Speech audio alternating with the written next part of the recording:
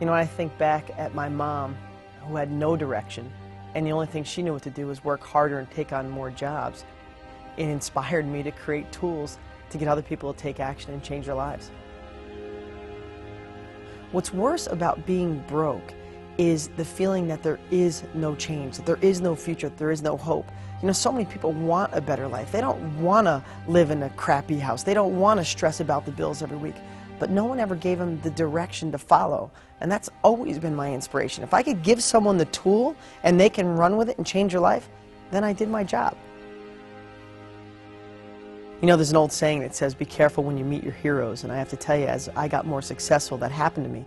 So many people I grew up watching on TV or writing books, I realized they were good book writers or good pitchmen on TV, but their substance was weak and it didn't work. So it is imperative to give my students the tools that can change their life. My success, or at least in my head, is based on how many lives I can affect. When my students buy a book or get involved in our coaching program, they're doing more than just helping themselves. You know, with Operation Free Home, we're able to put families in homes for an entire year with no expenses so they can get themselves back on their feet. We donate a significant amount of money on a monthly basis to help homeless kids throughout America through Virgin Unite and Richard Branson's organization. It's entrepreneurs like Dean that are helping make the world a better place. The success of our program has some great byproducts.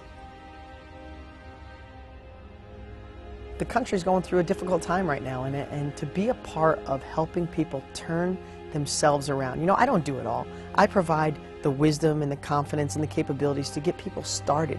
But to see them grab a hold of that seed and plant it and cultivate it and move their own lives in a positive direction is incredible. I've failed more than I've succeeded. I've probably been broke in my life more than I was wealthy.